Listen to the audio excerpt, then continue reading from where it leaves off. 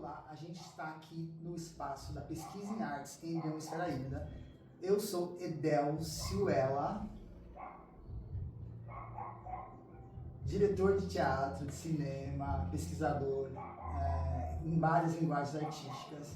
E isso estou comentando porque quando eu voltar para falar dos projetos que a gente está desenvolvendo aqui, ou melhor, se envolvendo, essa questão da linguagem é uma coisa pontual. Agora eu vou passar a palavra para as pessoas que estão aqui comigo se apresentarem.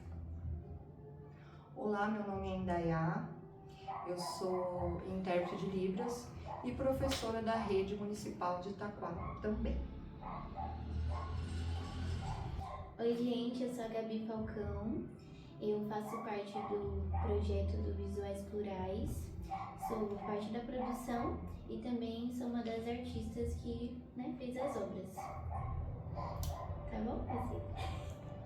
Então tá bom. Olá, eu sou a Paula, meu sinal é este.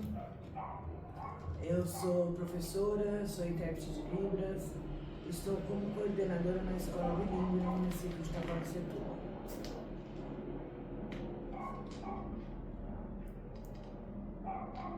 Então vamos retomar aqui para falar dos projetos. Em andamento, a gente está com Visuais Plurais, que é voltado para artes plásticas. Na ocupação da Caplast, fizemos já uma exposição lá e vamos circular a Fábrica de Cultura do Itaim e a Secretaria de Cultura de Itaquá. Nesse projeto, a questão atitudinal está sendo pensada com essa fala que vai ser apresentada numa roda de conversa. O objetivo é entender a língua de sinal, como a gente pensa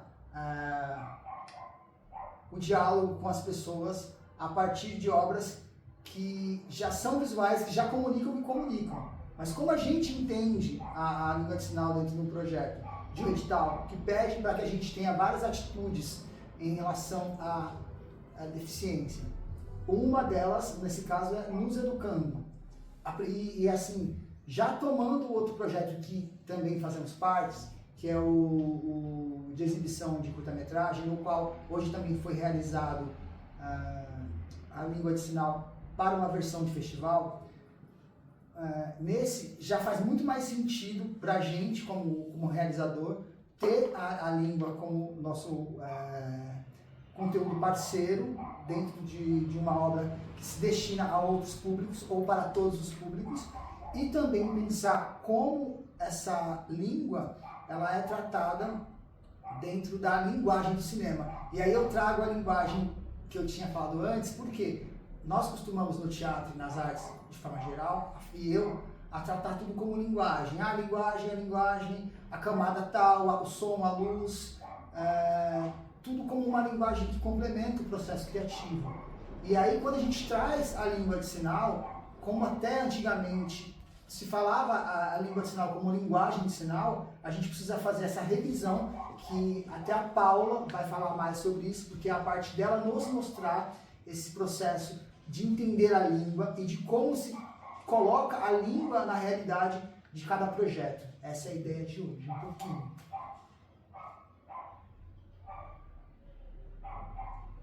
A Libras é a língua brasileira de sinais. Hoje, gravando a parte do cinema da mostra, o nosso câmera entendeu que a Libras é uma outra língua e que usamos terminologias diferentes, não usamos preposições, por isso ela é uma língua. E é fundamental darmos acessibilidade às pessoas com deficiência auditiva ou surdos, porque eles têm os mesmos direitos que nós. Entender o conteúdo do mundo. Acho que é isso. É um dia de trabalho, é um dia de pesquisa, é um dia onde a gente se volta para aprender e ensinar, como diz o Paulo Freire, aprendente e ensinante. A nossa vontade aqui é dialogar e que parte dessa fala seja construtiva no sentido de dar outras perguntas para as pessoas que vão estar vendo a exposição Visuais Plurais, do qual a Gabi faz parte, e depois o filme que a gente vai levando em vários espaços, eu e o Alec, que está hoje atrás das câmeras, fazendo esse trabalho com a gente. Gabi, fala um pouquinho aí. Bom, hoje, né, nesse domingo que a gente está falando mais sobre essa parte da acessibilidade, das libras e tudo mais, eu, né, com vocês, me ensinaram muita coisa hoje, né, ai gente, calma, que nervosa. Pode falar, fica de boa, vai tudo bem.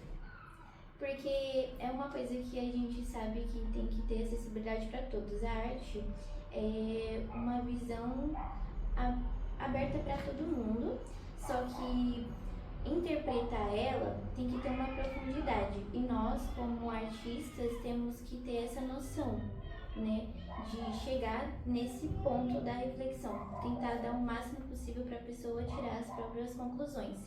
E tá sendo muito bacana, né, vendo as mulheres fazendo isso hoje, porque eu não vi pessoalmente. E é muito importante. Eu tô muito feliz de estar aqui, né, trabalhando já com os visuais plurais ao longo desses meses, né, 8 meses que vai fazer. E eu aprendi muita coisa, tanto na execução das obras, em suas dificuldades de realizar, né, a chegar a mensagem que eu queria transmitir para as pessoas, tanto antes da produção, que a gente também teve muitas conversas sobre isso, sobre a visão de cada artista, e agora nessa próxima exposição que vai ter, né, a segunda das nossas obras. E a meta é essa, é atingir o máximo de pessoas possíveis na nossa região, né, principalmente na Zona Leste e tudo mais, e eu tô muito feliz de estar participando com todo mundo que já é desse ramo há mais tempo do que eu, e eu tô realmente para aprender, a passar minha visão também, né, claro, mas aprender principalmente. Obrigado, Gabi. Obrigada a vocês, né? Como a gente pode esclarecer pontos como o que a Indaiá me trouxe hoje? As pessoas tinham o hábito de falar surdo-mudo, e aí eu gostaria que você falasse um pouco sobre esse assunto peculiar, que vai escurecer os fatos para quem está achando que está tudo a brancas nuvens. Realmente, o que a gente estava conversando aqui anteriormente era sobre um termo, né, que muitos se usam. As pessoas que não sabem, né, sobre a surdez, elas têm um termo que elas usam que é surdo-mudo, e esse termo é passado, porque o surdo ele pode oralizar, ele pode aprender a falar, tendo tratamento com fono, né? A pessoa é uma condição diferente, surdo ou mudo, porque existe pessoas que têm problema nas cordas vocais e não conseguem falar, mas eles ouvem, né? Então, na verdade, essa informação de surdo-mudo, a gente pede assim que não usem, é só surdo, entendeu? E é isso. E aí a gente parte, como a gente está num trabalho que está voltado às pessoas com a deficiência da surdez, nesse trabalho, nessa pesquisa, e esse entendimento assim, do que nas nossas linguagens, artes visuais e cinema, a gente pode conversar a respeito de como lidar com um edital que nos coloca um tema obrigatório, que nos coloca não só a questão de ter no filme, por exemplo, a língua ali sendo feita acompanhando o roteiro,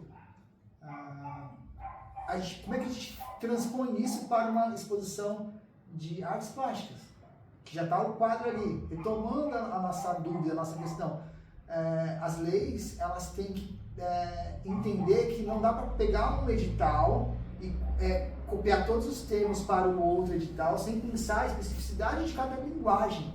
E aí eu questão da linguagem artística, que cada uma está manifestando um jeito de comunicar o que veio comunicar. A gente aqui, como tem uma pesquisa híbrida, sempre faz uma transição entre várias linguagens e traz um recurso de um som dentro da exposição, de uma fala, a gente está aberto a colocar mais coisas e não trabalhar com uma obra que seja só de tela. Inclusive, a nossa proposta é trabalhar com materiais que sejam reutilizados, renováveis, com redução de impacto também, com redução de custo, redução de... Também não desperdiçar material, assim, criar uma arte que é pensada dentro da realidade periférica que a gente tem. Por exemplo, nós não podemos fazer 5, 6 provas numa foto.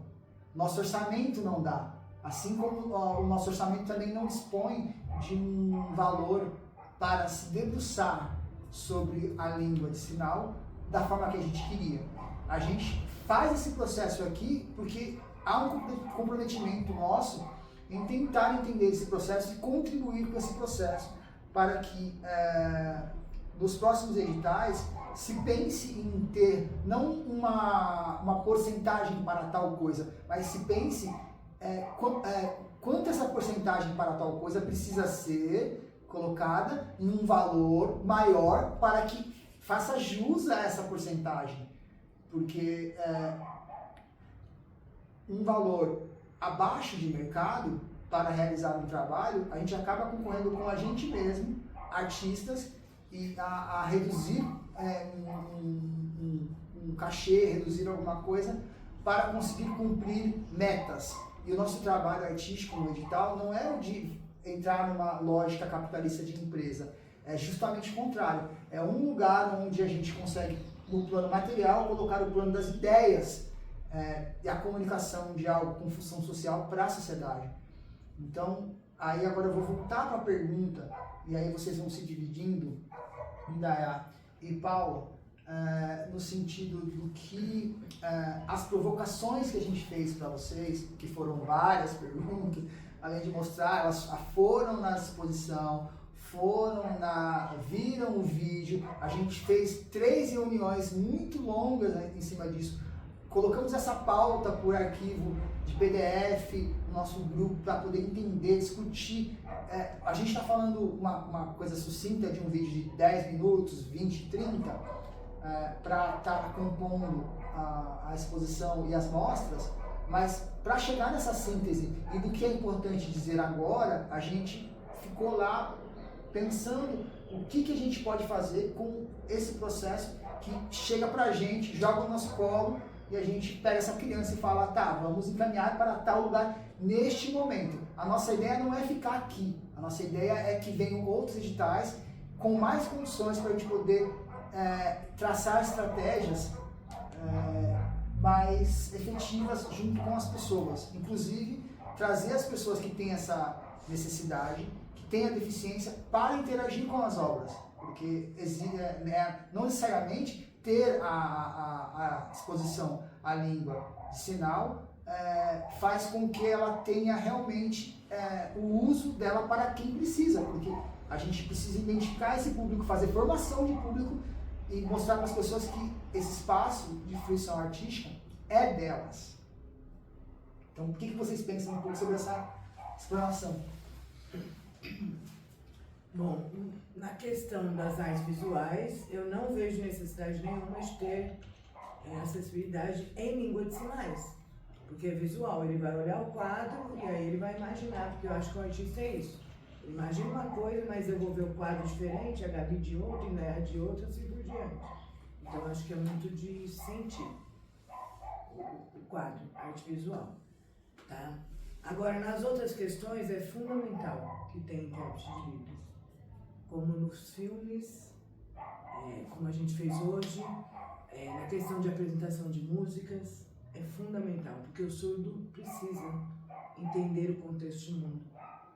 E a primeira língua dele é a Libras, e isso não se discute, e é um direito dele. Pense, Deus, você é brasileiro, chegou na Rússia e não fala russo, não tem intérprete para você. O surdo se sente assim no próprio país. Ele fala uma outra língua que a maioria das pessoas não entende. Isso eu estou falando especificamente do surdo. Aí, se eu for aprofundar, eu vou falar dos cegos, porque não tem acessibilidade em braille. Eu vou falar dos cadeirantes, porque as calçadas são horríveis para eles poderem andar. Eles têm o direito de andar, de ser independente, como qualquer outra pessoa. Eu vou falar dos autistas, que não são respeitados. É barulho, cor muito forte, são várias coisas que fazem o autista se desorganizar. E assim por diante. Entendeu? Então eu acho que a sociedade em si precisa parar e pensar. E se eu fosse surdo? Eu queria entender isso. E se eu fosse cadeirante? E se eu fosse cego? Como eu vou sentir essa obra? Eu cega. Como eu vou lá sentir essa obra? Ela tem relevo? Isso é acessibilidade. Entendeu? É se pôr no lugar do outro. É ter empatia. Eu não tenho contato com surdos, tenho assim, aonde eu trabalho, na rede municipal de Itacoaxetuba, tenho. Mas a minha família não tem surdos, meus vizinhos não são surdos. Por que eu fui aprender Libras? Por que eu fui estudar Libras? Por que eu fui estudar como educar um surdo? Como ensinar português para surdo? Por que eu fui estudar sobre isso? Porque eu gosto, porque eu me pus no lugar de surdo. Assim como eu fiz surdo cegueira, para guia intérprete. Por quê? Não tem. O surdo cego quer sair, ele não tem quem acompanhe ele. Ele vai numa exposição sua, ele não vai entender seu quadro, ele vai passar no... Tá, tem uma pintura ali, mas... O que tá sentindo? Essa pintura tá falando sobre o quê? Porque não é relevo. Estou dando exemplos, tá? Não é crítica, estou dando um exemplo. São várias outras coisas, tá? Que a gente diz de acessibilidade. E acho que é isso. Não sei. Se tiver mais alguma dúvida, pergunta. Ela responde também. Que eu poderia responder sobre acessibilidade, eu concordo com a opinião da Paula, né? E é importante estar sempre tendo essa troca de informação com o intérprete, o artista ir buscar uma pessoa surda, uma pessoa deficiente visual, uma pessoa que precisa de mobilidade, está perguntando para ela o que ela queria ver, o que ela queria sentir numa obra de arte, o que ela queria que acontecesse num teatro, né? Então é preciso olhar para essas pessoas também, do mesmo jeito que tem a pesquisa para as pessoas típicas, né? Precisa ter essa pesquisa para essas pessoas deficientes, né? Porque antes usava o termo deficiente especial, né? Que é pessoas especiais. Não, todos nós somos especiais. Porém, existem essa condição do ser humano ter uma deficiência, ser surda, ser cega. E eu acho que essa pesquisa é muito importante para os artistas eles estarem indo atrás dessas pessoas e até chamar esses públicos. Esses públicos também pagam impostos, então pagam o ingresso sempre. Então precisa estar chamando essas pessoas. Minha opinião é essa. Para esses projetos em andamento pela PNAB, a gente foi contemplado no edital Artes Visuais e no edital de manutenção de espaços. A gente entende como artista a importância desse tipo de iniciativa com a verba pública, retomando aqui a fala da Indaiá, de que todo mundo contribui para a sociedade, não só financeiramente, mas com a própria experiência de vida. A gente ver pessoas que não são igual a gente, sair desse lugar de entender a beleza ou a existência como um estereótipo de um perfil. Eu acho que é muito importante para a gente também, para nós como artista, escutar mesmo essa fala e ver que a gente está no caminho certo. Por exemplo, enviamos um outro projeto no qual a gente tem um artista que tem deficiência visual que vai fazer parte da nossa aula de inscrição. Ele é um dançarino que foi perdendo visão e ele faz parte de uma leitura dentro do projeto da dança que a gente vai fazer. Então, Então, como a pessoa vai no espetáculo de dança ver dança que não enxerga? Então, como a gente consegue mostrar dentro de um ritmo, dentro de um som, dentro de uma fala que entra, de uma atmosfera, como a gente consegue trazer uma pessoa que está vendo só a vibração? Porque a gente absorve com a nossa pele essa vibração quando a gente também se desvincula um pouco do nosso sentido primitivo da visão. E a gente também faz isso com o ouvido quando a gente apura, faz isso com a voz quando a gente começa a colocar e entender como essa voz funciona e o que ela provoca.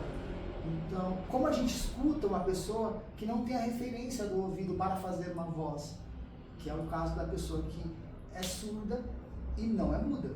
E a pessoa que é muda e que é surda, como ela fala, que não é muda, mas é surda, como ela consegue pensar essa relação com o som que ela emite. Então, é tudo muito sutil, muito próximo, a gente tem que tomar muito cuidado para entender a sutileza de cada especificidade, de necessidade que cada pessoa tem. E quando a gente começa a pensar nessas necessidades que foram colocadas pelas pessoas que estão aqui, contribuindo com as suas pesquisas de vida, com seus ideais de vida, nesse ponto específico para a gente, ter essa fala como um ensinamento para a gente, essa vivência como ensinamento. Por isso essa roda de conversa, ela vai trazer todos esses pontos de por que a gente está fazendo isso, por que a gente está aqui pensando isso, e por que a gente está levando esse pensamento de pensar isso para as pessoas que estão vendo a nossa exposição. Porque para a gente não é só colocar os quadros lá e deixar um mês lá nos lugares e cumprimos a nossa meta. Como a gente consegue, talvez, criar algo em relação à própria língua de sinal para a artes plásticas, saca? Como é que a gente pode criar uma conversa com as pessoas? Porque assim, a pessoa não precisa só ir na exposição e ver e tirar as conclusões dela, ir para casa dela e tá tudo bem, pagou o ingresso, a gente ganhou, você ganhou, todo o inglês viu, sabe? Assim, todo mundo fez sua função, eu sou artista, você tem que vir me ver, você é público, você tem que bancar a minha vida, a minha existência de artista. Não, porque justamente a pessoa que vai ver uma obra e que ela tem uma bolha ali, um grupo ao qual ela vai se comunicar de uma maneira mais fluida, que vai ser o surdo. A fluidez que a pessoa surda tem com a língua de sinal é uma coisa natural e é o código que ela tem como primeira linguagem, como primeira língua, né? Isso. E ela vai transformar essa língua numa linguagem também artística, porque ela vai falar da linguagem artística a partir da língua dela. Então, como a gente pensa em fazer essa arte nossa, também virar algo que a pessoa com a deficiência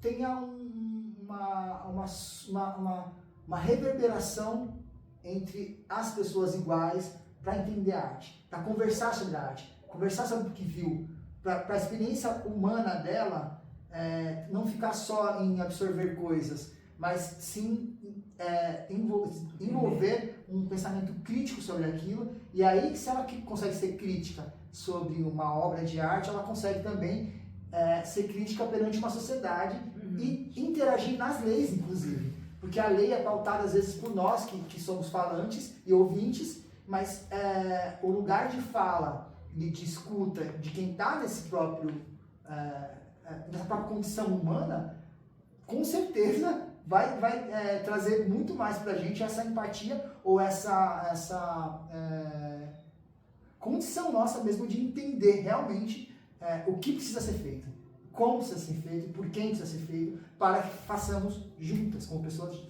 como sociedade. Vou dar um exemplo. Eu vou levar um surdo para ver uma obra. Eu vou ver a obra de um jeito, o surdo de outro. Por isso é importante ter um intérprete para ele se comunicar. Porque ele vai chegar na comunidade dele, que é uma comunidade surda, porque surdo tem uma comunidade, surdo tem a sua cultura fora a sua língua, tá? É diferente de ouvinte, eles são diferentes. E ele vai levar a informação da obra para os amigos surdos dele, para a comunidade surda dele. Se é essa pergunta que eu entendi. Então a gente chegou num lugar junto que é auspicioso, ou um lugar surpreendente para mim, porque na fala anterior, sem a gente se provocar, tu pensou, não precisa de língua de sinal para uma obra de artes visuais. Só que agora a gente conversando entendeu que, além de ver uma obra de arte, a pessoa precisa conversar sobre essa obra de arte. Sim. E aí com quem ela vai conversar? No caso, dela. a gente pode trazer essa pessoa primeira, que conhece a obra e que pode dialogar, porque eu fiquei explicando o quadro para várias pessoas na exposição. A Gabi ficou, o Alec e o Rodrigo. A gente teve momentos lá de curiosidade, que a gente estava presente lá, e vamos pensar a nossa obra junto, vamos pensar o que está ali pra gente nesse lugar. E até para falar para as pessoas, olha, pra gente tem isso aqui, que são essas imagens. Mas para você, o que essas imagens são para você? Sentiu, você viu. Então isso que você falou, que cada pessoa vai sentir, também é com a gente que fez a obra, para qualquer público que venha ver. Só que eu acho importante pra gente, se a gente pensa num projeto sério, social, um projeto sério, no sentido institucional mesmo, que venha do poder federal para o estadual e municipal, pensar a língua de sinal, ter um serviço ou um braço da escola onde as pessoas que fazem o trabalho de letramento e de inclusão social das pessoas com uma deficiência na sociedade façam também esse trabalho, além de tirar a pessoa do analfabetismo, sabe? E sair do analfabetismo funcional para um letramento artístico e cultural. Porque aí essa pessoa ela vai conseguir contribuir com, não só com o entendimento do nosso processo político, crítico, mas também pode se tornar um artista. Sim. Ela pode começar a fazer uma obra de arte em qualquer linguagem artística com esse senso crítico da perspectiva dela, de pessoa com deficiência. Exatamente. E a gente tem muito pouco espaço para pessoas que têm alguma deficiência, porque de cara elas já nem são consideradas como parte de um lugar que pode criticar a sociedade.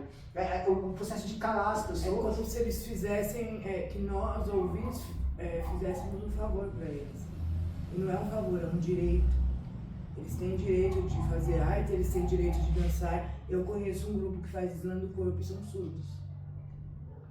Eu conheço um outro grupo que chama Batuqueiros Surdos. Se você vê eles tocando igual o Lodum, você não acredita. Você fala, não são surdos, eles são surdos. Como eles aprenderam? Sentindo a vibração. Sabe? São coisas assim que é direito e todos deveriam ter. E não é favor da sociedade, não é favor do governo, não existe favor. É direito, todo mundo tem direito de ir e vir, de aprender ou não.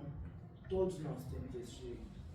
Nós estamos colocando essa luz aqui sobre a acessibilidade, mas o que a Paula falou é uma premissa já pra gente em qualquer condição de pessoa que não tem nenhuma deficiência. Só que como a gente pensa isso pra gente que não tem nenhuma deficiência, que é um direito, que é tal, que não é nenhum favor, a gente acaba esquecendo, porque a gente é sobrecarregado por tantas urgências para conseguir fazer a nossa fala, para conseguir fazer a nossa arte, que a gente também não tem tempo para pensar o processo histórico de outra pessoa. E o processo histórico onde está todo mundo envolvido. Me dizem às vezes assim, por que não tem um preto aqui fazendo um trabalho assim, assim, assim? Porque o preto ele está trabalhando para viver, está trabalhando numa indústria, numa loja. Para mim, como pessoa preta, conseguir fazer arte, eu tive que abrir mão de muita coisa para poder aprender a escrever digital. Eu demorei 10 anos para poder captar algo real, ao invés de ser só convidado por outros grupos, por ter a minha qualidade artística e ter um currículo. Eu fui sempre convidado por outras companhias, grupos e CIAs, para executar coisas. E agora eu tenho condição de continuar com esse trabalho mas manter um ateliê como esse, onde a gente consegue juntar 2 projetos de manutenção de espaço, que já por si só a manutenção do espaço ela é física, mas ela também é imagética, ela também é artística, abrindo espaço para outros artistas que não estão nesse projeto poderem guardar suas obras, poderem vir aqui construir suas obras e a gente ter esse material armazenado de maneira correta para levar para ser exibido. Então, acho que é um pouco isso que eu tinha que falar hoje da minha parte. Agradecer que a gente teve essa conversa franca, onde a gente consegue repensar coisas que foram até pensadas hoje e que a gente não está buscando acerto, mas que uma fala nossa ela não contradiz a outra. Ela é um ponto de eixos que a gente está estruturando um pensamento em prol da acessibilidade. Dentro dos projetos culturais, sim, mas dentro desses projetos culturais aqui, porque a gente está falando do sistema a partir de uma experiência prática, que é teórica, mas ela é vivencial. Então essa vivência aqui, ela traz perguntas e coisas que nos interessam. A gente não tem uma obrigação aqui, nem teria a obrigação de fazer isso que a gente está fazendo agora. A nossa provocação é essa, inclusive, não ter que fazer defender nenhuma tese, não defender nenhum ponto de vista que tire o ponto de vista de alguém. Se a pessoa não concordar com o que a gente está expondo aqui, que ela dialogue com a gente e que a gente entenda o que a gente está querendo dizer com a língua de sinal, com a acessibilidade, não para a gente, mas para as pessoas, que aí inclui as pessoas, nós não necessitamos em primeira mão para se comunicar, mas a nossa comunicação com as pessoas que precisam dessa língua como primeira língua. Então, por mim, eu já estou satisfeito com as minhas falas, estou muito feliz de estar aqui com vocês, muito obrigado. E quem quiser falar alguma coisa, está aberto aí. Então. Eu quero falar só na questão das artes visuais para surdo. Ele vai chegar e vai olhar, ok, essa foi a minha primeira fala, então não teria necessidade de intérprete. Mesmo assim, não teria necessidade de intérprete. Por quê? Porque ele vai visualizar, ele vai chegar na comunidade dele e vai conversar sobre. E aí, desse primeiro surdo, vai vir outro, porque ele vai despertar curiosidade nos outros. E aí, eles vão conversar entre eles, a comunidade surda. Sim, acho que é isso.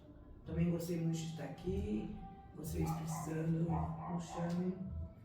A gente está aqui para contribuir, caso necessite de intérprete, de alguma dica, como eu faço uma obra em relevo, como o cego sentir, como que eu vou fazer, Paulo? Me dá um grito aí. A gente está aqui, eu ainda a gente está aqui para isso. Mas foi muito bom estar aqui hoje. Mesmo cansada. Cansada. Então, eu agradeço muito de estar participando desse projeto, de conhecer pessoas novas e de ver as obras também que eles fizeram. Gostei muito e também aprendi muito também. Aprendi com eles, aprendi com a Paula. É isso. E é importante mesmo, eu acho importante ter uma obra em relevo para os cegos. Eu acho importante. Só. Obrigada, gente. Para encerrar, agora com essa conversa aqui, todos nós, realmente essa pauta da língua e de todo mundo ter esse acesso é extremamente importante e coisas que eu não tinha me ligado porque não é minha realidade. Mas a gente pensando como um ser na sociedade e diálogo e todo mundo é igual, isso que importa, é as pessoas conseguirem ver ali a arte, sentir a arte e pensar sobre. E a Indaiá e a Paula hoje abriram um novo ramo assim na minha cabeça sobre isso, para pensar mais profundamente. E foi muito legal estar aqui novamente, né, de novo, com a presença delas também. E com poético, a do Alec também, né, claro.